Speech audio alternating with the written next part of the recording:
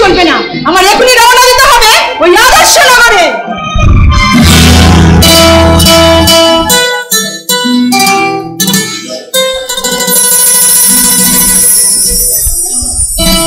আমার হৃদয়নগর শূন্য করে ওই আদর্শ নগরে পাড়ি দিতে তোর মুখ একটু কাঁদছে না? একটা বাড়ি তুমি ভাবলে না যে অনাথ বিপ্লব তোমার ভালোবাসা ছাড়া কি মনে বুঝবে? বিপ্লব একটা বারের জন্য তো তুমি জিজ্ঞাসা করলে না যে আমি তোমাকে যেতে দিতে রাজি আছি কি না? বিপ্লব ওই ভয়ঙ্কর ঘটনাটা শোনার পরেও একটা বারের জন্য তুমি করতে চাইলে না। কিন্তু মশাই, হৃদয়ের স্পন্দন যে একটাই কথা বলে। কি কথা? ভালোবাসি, ভালোবাসি, শুধুই ভালোবাসি। ভালোই যদি বাসো তাহলে আমাকে ছেড়ে কেন তুমি দূরে চলে যেতে চাইছো? বিপ্লব, আমিও তোমার মতো অনেক কষ্ট করে তবে আজ ডাক্তার হয়েছি, তাই আদর্শ নগরে আমাকে যেতেই হবে। হ্যাঁ বিপ্লব, তাই তো বলছি, আর কয়েকটা দিন অপেক্ষা করো, তারপর কোনো শুভক্ষণে মনকে সাক্ষী রেখে তোমার ভালোবাসার আংটি পরিয়ে দিও আমার আঙুলে। তার আগে যদি কোনো দুর্যোগে আমরা বিচ্ছিন্ন হয়ে যাই, আমি আমার ভালোবাসার প্রাচীর দিয়ে সেই দুর্যোগ সামলে নেব। যদি কোনো অশুভ শক্তি আমাদের গ্রাস করে, আমি রণাঙ্গহীন মূর্তি নিয়ে সেই অশুভ শক্তির বিনাশ ঘটাবো। অন্যায় আমাদের ভাসিয়ে নিয়ে যায়। আমি আমার ভালোবাসা দিয়ে শক্ত করে তোমাকে জড়িয়ে ধরে বলবো, কি আমার আধার জীবনে আলো হয়ে তুমি এসেছো, দয়া করে তুমি আমায় যে ভালোবেসেছো, দয়া করে তুমি আমায় যে ভালোবেসেছো, আমার আধার জীবনে আলো হয়ে তুমি এসেছো, দয়া করে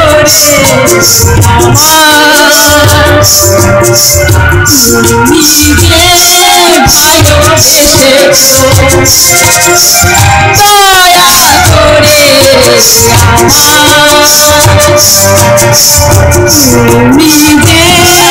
ভালোবেসেছো।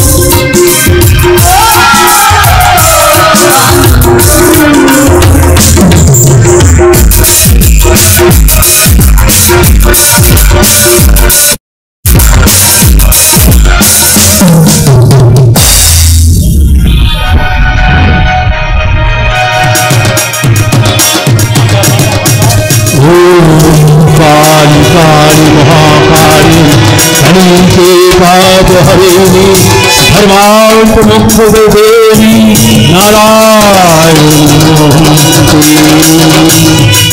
মা মাগো এ অধম সন্তান প্রতি ক্ষমা করে দিস মা, অধম সন্তান প্রতি ক্ষমা করে দিস মা।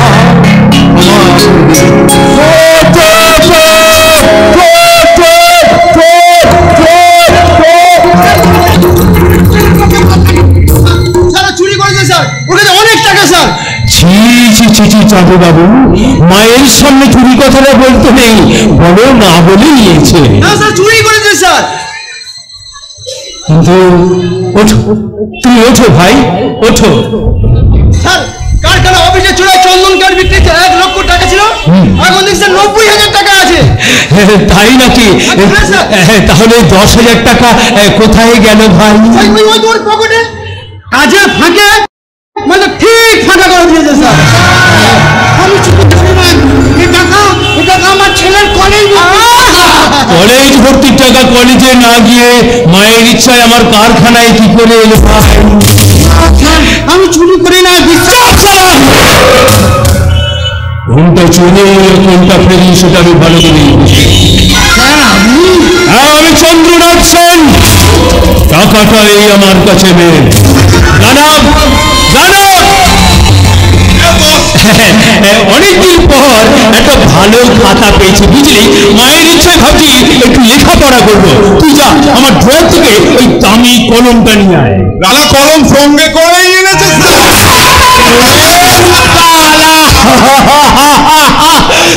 আমি যদি এই সিঙ্গেল হারামির বাচ্চা হই, তুই তো দেখছি আমার ডাইনোসরের বাচ্চা রে। আয় ভাই আয়, এখানে লেখাপড়া শেষ করে আমাকে আবার মিটিং এ যেতে হবে। বল ওই অজগর আসছে তোরে, আয় আমি খাবো বেড়ে হস্যইতে ইঁদুর ছানা। Sorry sir, sorry. এই আপনাদের মতো বেসন বাচ্চা পুলিশ অফিসারগুলোর জন্য না, আমার মা সময় মতো খেতে পায় না। মা গো, তুই অথম সন্তানকে তুই ক্ষমা করে দে মা। আমি চোখ বন্ধ করে রাখছি স্যার, আপনি মাকে খেতে দিন। এই অবস্থানে সময় কেন আসেন বিরক্ত করতে? আমি সময় গেলে খুবই সামান্য। আরে ধীরে টাকাটা দিয়ে আমি আমার মরা মানুষের কাছ থেকে কিচ্ছু নিই না। আরে টাকাটা জব করে বার কর। টাকাটা আমার কাছেই রেখে দিস। আচ্ছা ঠিক আছে ঠিক আছে। হ্যাঁ বলতো আমি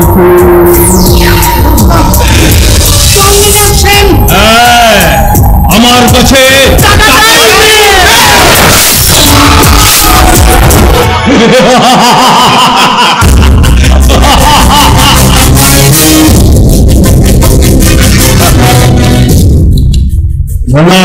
বলেন বস। দেখতো মালটা গেল না, মাছ রাস্তায় সারা গেল। ঠিক আছে বস।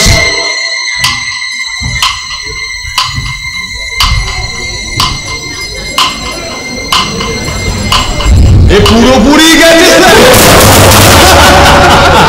আরে মালটা খাবারে ফেলে দিয়ে ওটা শিয়াল সেগুলো সরে যেতে পারে। ঠিক আছে বস।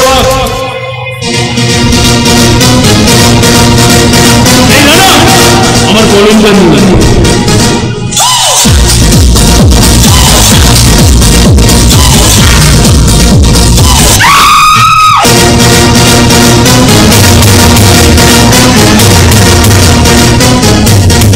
স্যার আমি তাহলে আমি আসি স্যার। হ্যাঁ হ্যাঁ হ্যাঁ আসুন আসুন আসুন।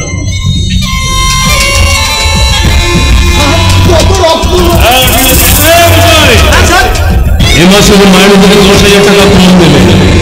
কেন বলেছি বুঝতে পেরেছেন তো? Okay sir. আমি কি চোখ বন্ধ করে রাখবো স্যার? সে কি মশাই, আপনি এখনো চোখ বন্ধ করে আছেন? আরে খুলুন খুলুন, চোখ খুলুন।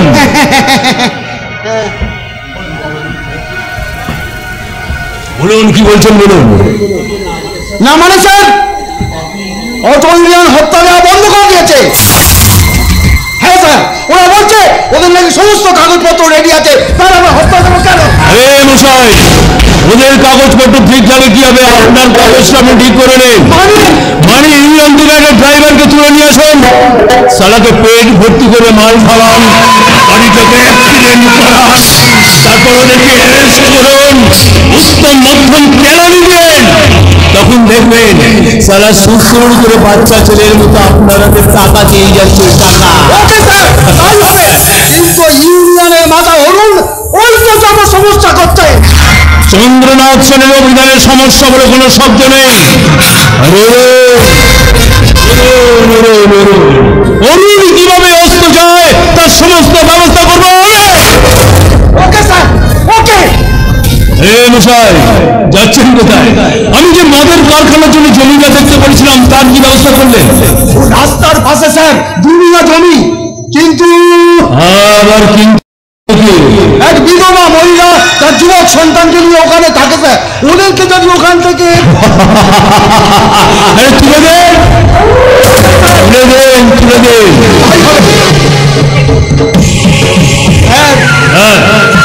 বলছিলাম কি, একটু আগে আপনি যে ওই লেখাপড়া করেন না, সেই সব খাতাপত্র সামাল দিতে কিছু টাকা। ও বুঝতে পেরেছি, বুঝতে পেরেছি। আলমারি থেকে 10,000 টাকা নিয়ে আয়। অভিনয় দপ্তর যতদিন আছে আপনার কোনো চিন্তা নেই, শুধু টাকাটা।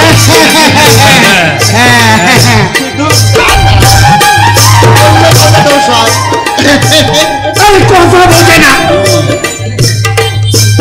আমি তাহলে এখন আসি স্যার। কত দোষ হয়? আমি তাহলে এখন আসি। যান যান যান।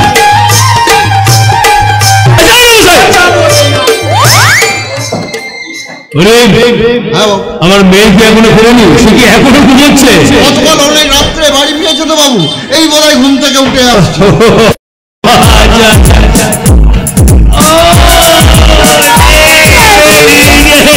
আরে এক্ষুনি তোমার কথা হচ্ছিল। হ্যাঁ, morning morning, very very very good morning. Daddy, হ্যাঁ, মেঝেতে এইসব লাল লাল কি পড়ে আছে ড্যাডি? আরে দেখ না, ওই সকালবেলা পুজো করতে গিয়ে হাত থেকে আলতা সিঁড়িটা পড়ে জ্বালা বেরিয়ে গেল। আর মাংস এসেছি তো, তাই কোনো কাজ ভাঙা আপনার জল খাবার রেডি আছে বাবু, আপনি চলে আসুন, আমি এক্ষুনি আচ্ছা আচ্ছা আচ্ছা আচ্ছা। ও ড্যাডি, হ্যাঁ শোনা, কালকে কলেজে ডান্স কম্পিটিশনে আমি ফার্স্ট হতে পারিনি বলে একটা স্যার আমাকে খুব বকেছে। আরে তাই নাকি, তাই নাকি? আমার সোনাকে মাকে বকাবকি করে এত সাহস কার? আসতে পারে।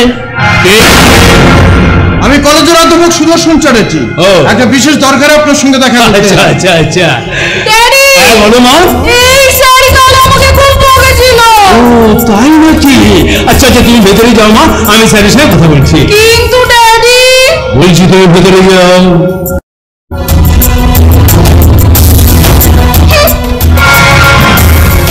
এখন গতকাল কলেজে ডান্স কম্পিটিশনে আপনার মেয়ে থেকে আরেকটি মেয়ে বেশ ভালো নেচেছে, তাই প্রথম পুরস্কারটি সেই মেয়েটিই পেয়েছে, আর তাতেই ওর যত অভিমান। কিন্তু আমার মেয়ে যখন মঞ্চে উপস্থিত ছিল, তাহলে প্রাইজটা অন্য কাউকে দেওয়া উচিত হয়নি মাস্টার। অন্তত বিচারক মন্ডলী নিয়েছে। আরে মশাই, টাকা দিয়ে বিচারকদের বোঝানো উচিত ছিল। অর্থের মার্কেটে শিক্ষার বিচার হয় না, চন্দ্রনাথ বাবু।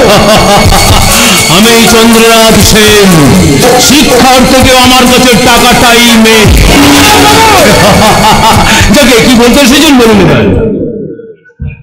হ্যাঁ, বেশ কয়েকদিন ধরে লক্ষ্য করছে কিছু অপ্রয়োজনীয় লোকজন কলেজের বাইরে ঘোরাফেরা করছে, তারা অশ্লীল ব্যবহারও করছে। আর আমি খোঁজ খবর নিয়ে জানলাম তারা সবাই আপনারই লোক। এখন এলাকার বিধায়ক হিসেবে আপনি যদি কোনো ব্যবস্থা নেন। আচ্ছা ঠিক আছে ঠিক আছে, আমি তো বারণ করে দেবো, ওরা ওখানে যাবে না। হ্যাঁ, ধন্যবাদ। হ্যাঁ ধন্যবাদ। তাহলে আসি। হ্যাঁ, এই মাস্টার,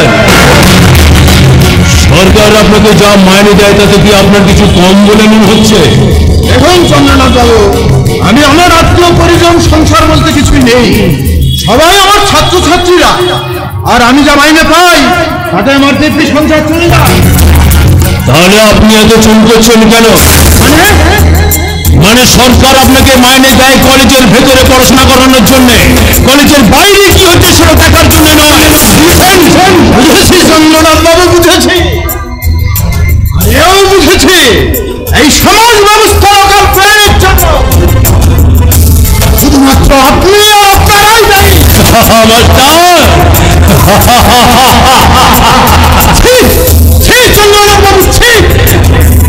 আপনি না জনপ্রতিনিধি, আপনি না শিক্ষিত মানুষ। শিক্ষিত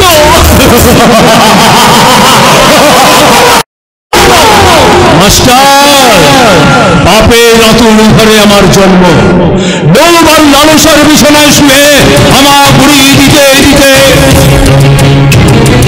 আজ আমি সমাজের মাথায় উঠে দাঁড়িয়েছে। চক্রান্তের কলেজে করেছি ষড়যন্ত্রের কাজ, নৃশংসতার গ্রাজুয়েশন কমপ্লিট করে তবেই আমি আমার মতো মানুষ থেকে অমাংস পরিণত হয়েছে।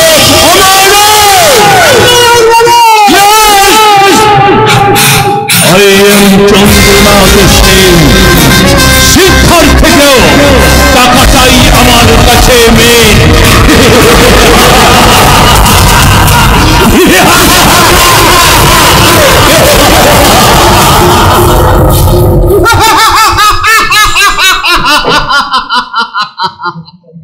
শিক্ষক হয়েও আজ আমি কি বোকা, নাহলে যার গরু ধান খেয়েছে তার কাছে আমি বিচার জানাতে আছি।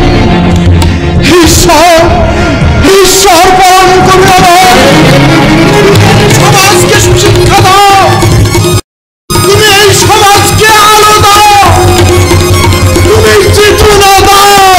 চেতনা নামের টিকিট ঠিক করা ট্রেনটি আর আদর্শনগরে আসে না মাস্টার মশাই, তাই এই আদর্শনগর থেকে চেতনা আজ বিলুপ্ত। তুই? হ্যাঁ মাস্টার মশাই, এটাই আমার বাড়ি আর আমার দাদা চন্দ্রনাথ।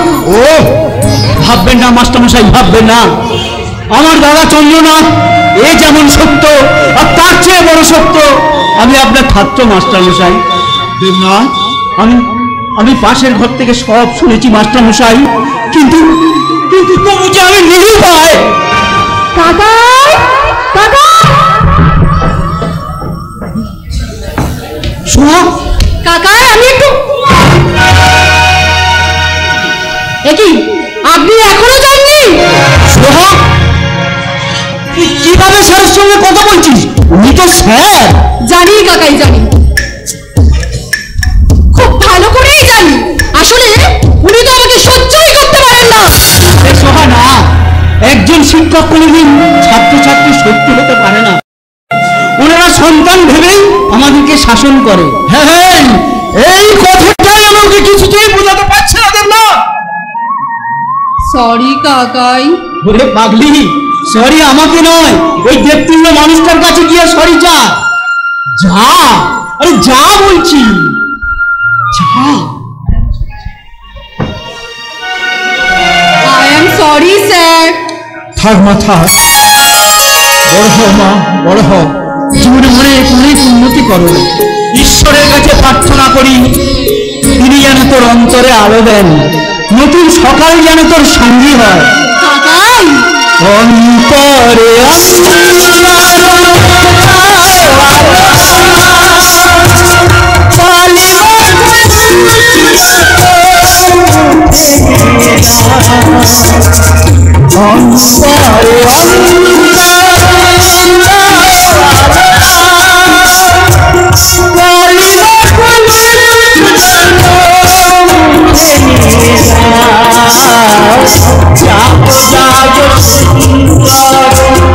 তোমার পরশের সবই বন্ধ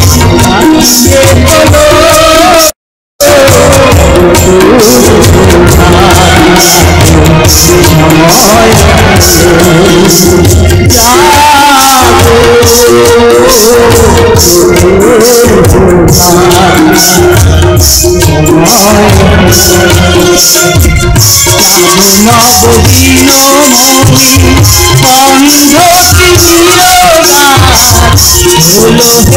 হলো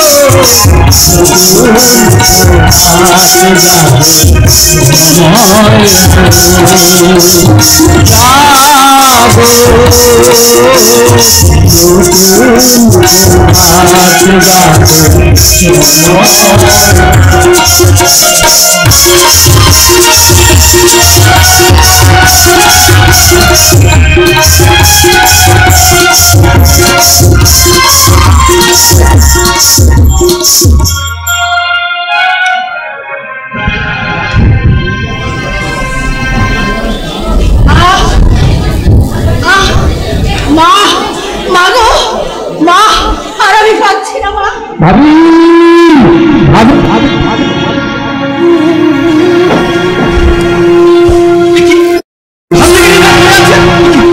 আমি একটু ডাক্তারকে নিয়ে আসি, আমি একটু ডাক্তার নিয়ে আসি।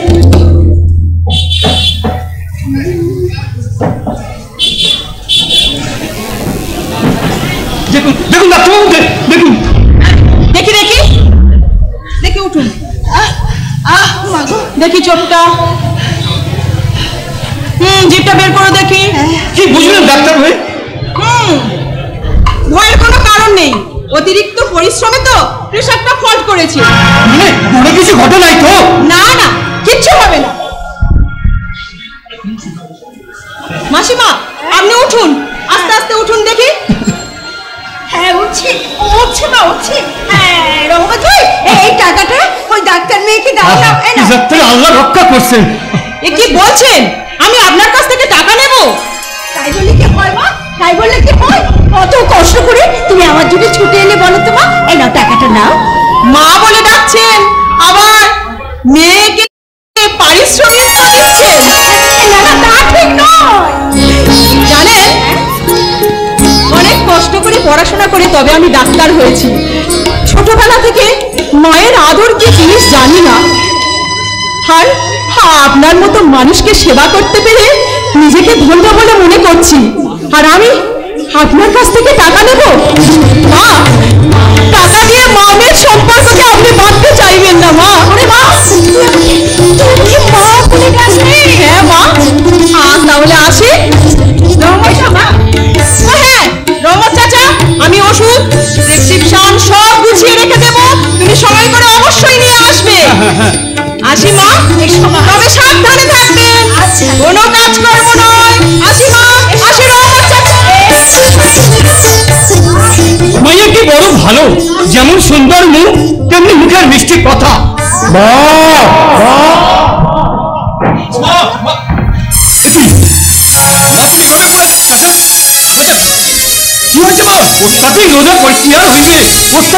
পরিশ্রম করছিল, আমি নামাজ পড়তে আইসা দেখি জ্ঞান হারাইয়া পড়ে আছে। মা মা তোমাকে আমি কতবার বলেছি ওই রোদের মধ্যে তুমি কাজ করবে না। তাই বললে কি হয় রে খোকা? তাই বললে কি হয়? ওরে সংসারের খরচ, তোর পড়াশোনার খরচ। চিন্তা কেন করো বলো তো তুমি? আরে বাবা, আমি তো তুমি একটা টিউশন করছি নাকি? তাছাড়া কিছু দরকার পড়লে আমি তো আমারও করতে পারেন। তুমি সামান্য অটো চালিয়ে কত টাকা রোজগার করো বলো তো? তোমার কি খরচা আছে নাকি? ঠিক বলেছেন, কিন্তু আমার তো আপনজন কইতে কি বলে কেউ নাই। তাই ভাবি আমি তো আমার বড় ভাই, আর শক্ত হইলে কি আমার কোলা না না কোলার থেকে অনেক অনেক বেশি।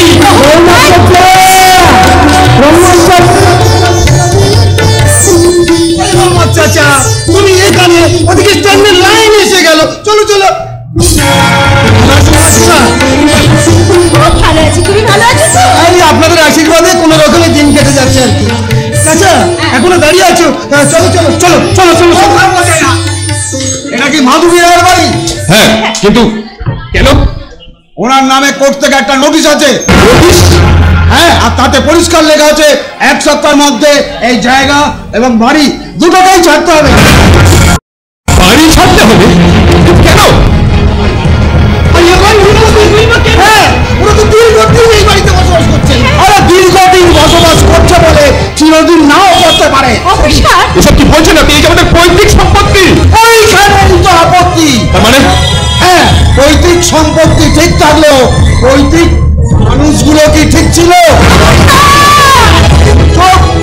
মুখ সামনে কথা বলুন অফিসার, আপনি কি বলছেন চাচা? এই ছোকরা, বয়স অল্প তো তাই এত কপচাচ্ছ। থানায় ধরে নিয়ে গিয়ে যখন রুল বাড়ি দেবো না তখন বুঝবে।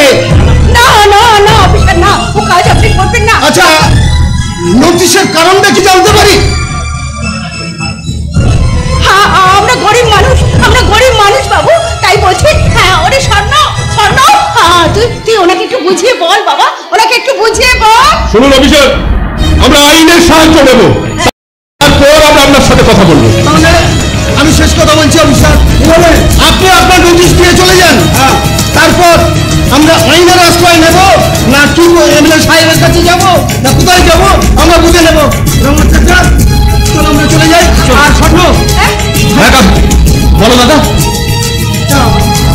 ভালো উকিলের ঠিকানা আমার বাড়িতে আছে। আচ্ছা দাদা, তুমি আমার বাড়িতে যাবে, আমি ঠিকানাটা বেঁচে দেবো। বেশ বেশ বেশ দাদা, বেশ ঠিক হইব। আমাদের আইনের সাহায্য নেওয়াই উচিত হইব। চলো শুনুন, বলুন। এইসব থানা পুলিশ কোর্ট কাছারি এসব খুব খারাপ জিনিস। আপনি যাই বলুন, আমরা আইনের সাহায্য নেব, আপনি দয়া করে এখন আসুন। তাই বলছি ব্যাপারটা একবার এমএলএ সাহেবের সঙ্গে আলোচনা করতে পারেন। হ্যাঁ, সেটা আমরা ঠিক করে বুঝবো। আপনি এখন আসুন, প্লিজ, আপনি এখন আসুন। স্বর্ণ, এই স্বর্ণ, কথাটা যেন মনে থাকে। এক সপ্তাহের মধ্যে এই জায়গা এবং বাড়ি খালি না হলে তারপর কি করতে হয় সেটা আমি করবো। বুঝবো, আমরা আসুন। কথা বোঝে না। এই খোকা খোকা, কোথা থেকে কি সব সমস্যা আছে তুই তো বল। এখন আমরা কি করি? এসব নিয়ে তুমি কিছু ভেবো না মা। আরে বাবা, আমি তো আছি নাকি? আমি তো আছি নাকি? খুব বড় হয়ে গেছে তাই না?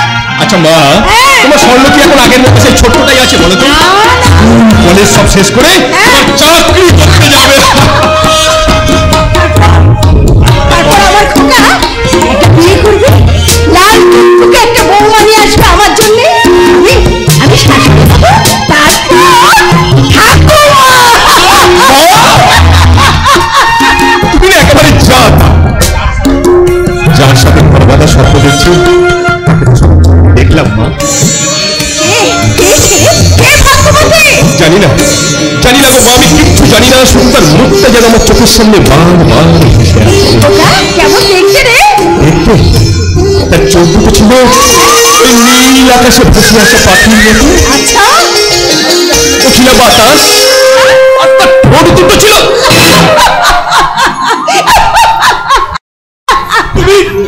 তুমি এখন এখানে দাঁড়িয়ে আছো, যাও যাও, আগে বলছো তুমি খাবার নিয়ে এসো, যাও যাও বলছি আগে। এক্ষুনি আমি তোর জন্য খাবার নিয়ে হ্যাঁ, তুমি আগে যাও যাও যাও বলছি আগে। আবার কি হলো? খাবার নিয়ে এসে কি করবো বলতে? কি করবে? বেশ আচ্ছা করে কথা বলে মনে থাকে যেন। থাকবে থাকবে মা, থাকবে। ভালো ভালো গো মা, খুব সব থেকে ভালো তার সুন্দর মুখের এই মিষ্টি হাসিটা। একটু হলেও ওই যেন আমাকে নাড়িয়ে দিয়ে গেছে। তাই তো কেন জানি না আমার বারবার মনে হয় কোনো নির্জন নিরালায় বসে আমি তার সুন্দর মুখখানা আমার কল্পনার তুলে দিয়ে ফেলি।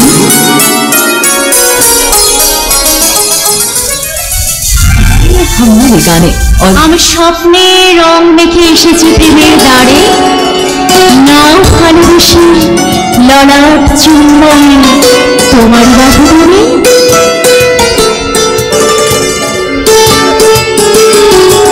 রাত্রি শেষে প্রহর বলে সেদিন চৈত্র মাস, তোমার চোখে দেখেছিলাম আমার সর্বনাশ। আচ্ছা, স্বপ্ন দেখতে ভীষণ ভালোবাসেন বুঝি? নিশ্চয়ই, তবে সেই স্বপ্নের পরেই যদি তুমি হও। আমি? হ্যাঁ পূর্ণিমা, তুমি আমার মনের আকাশে ভেসে আসা ওই এক টুকরো সাদা মেঘ। আর যে মেঘ সহজেই তার ভালোবাসার বৃষ্টি দিয়ে তোমাকে ভিজিয়ে দিতে পারে। পূর্ণিমা, আকাশ পাড়ে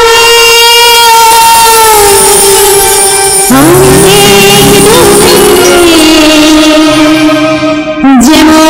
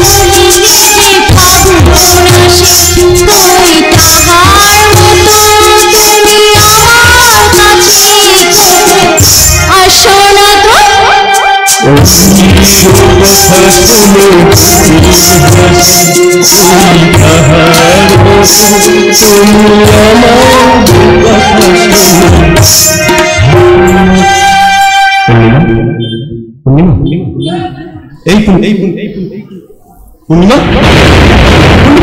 পূর্ণিমা,